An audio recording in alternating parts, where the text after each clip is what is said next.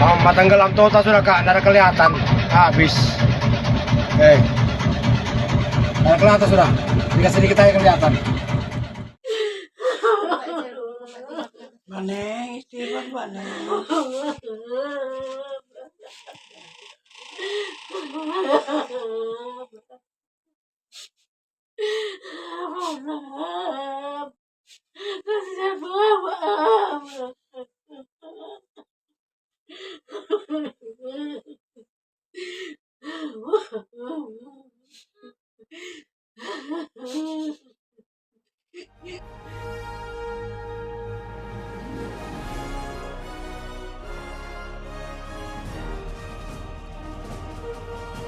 Jeritan tangis wanita tersebut memecah kesedihan seluruh warga.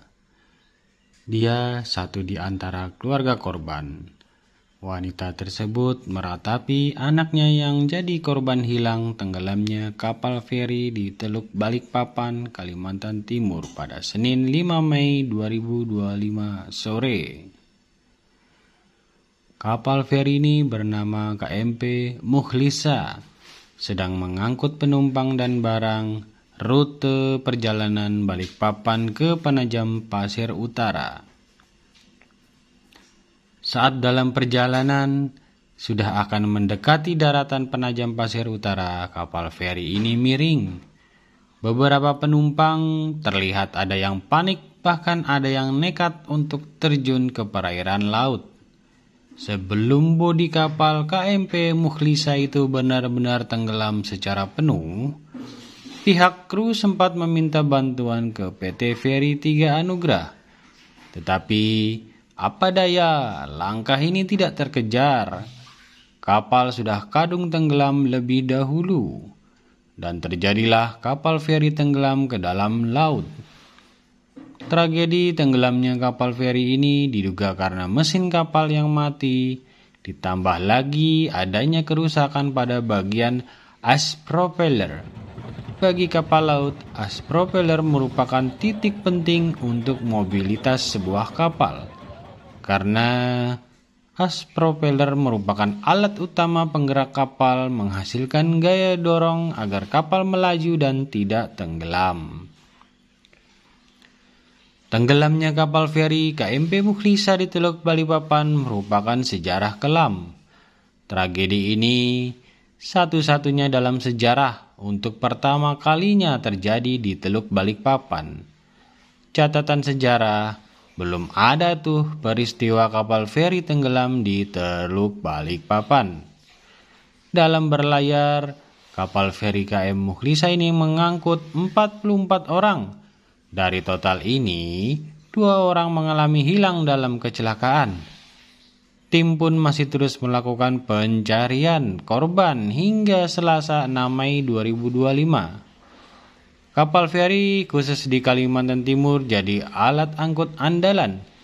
Apalagi di Indonesia ini ciri khasnya negara kepulauan. Antara daerah satu dengan daratan yang lainnya banyak dipisahkan oleh perairan laut. Lalu sejak kapan munculnya kapal feri ini ya? Alat angkut ini diciptakan dan mulai tenar dipakai di beberapa negara mulai abad 19. Fungsinya untuk membawa penumpang dan barang. Saat itu sebelum ada negara Indonesia yang masih dikuasai pemerintahan Hindia Belanda, sudah memakainya untuk menghubungkan daratan di Nusantara. Nama feri sendiri pertama kalinya dipopulerkan di kalangan masyarakat Liverpool, negara Inggris. Klub sepak bola yang sempat terkenal ini. Mengutip dari kumparan.com, kapal feri yang ada di Liverpool kala itu bernama Mersey Ferry, yang kemudian di masyarakat terkini terutama di Indonesia seringkali sebut nama kapal feri.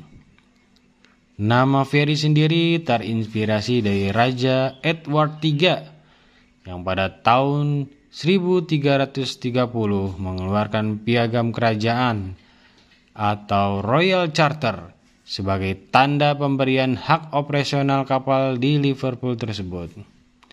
Dalam piagam yang diberikan oleh Raja Edward 3 pada tahun 1330 itu tertulis memberikan hak naik feri ke sana untuk laki-laki, kuda, dan barang dengan izin membebankan biaya tol yang wajar. Dimulai dari sinilah kemudian nama feri jadi naik daun, dipakai untuk penamaan untuk alat angkut perairan hingga kini.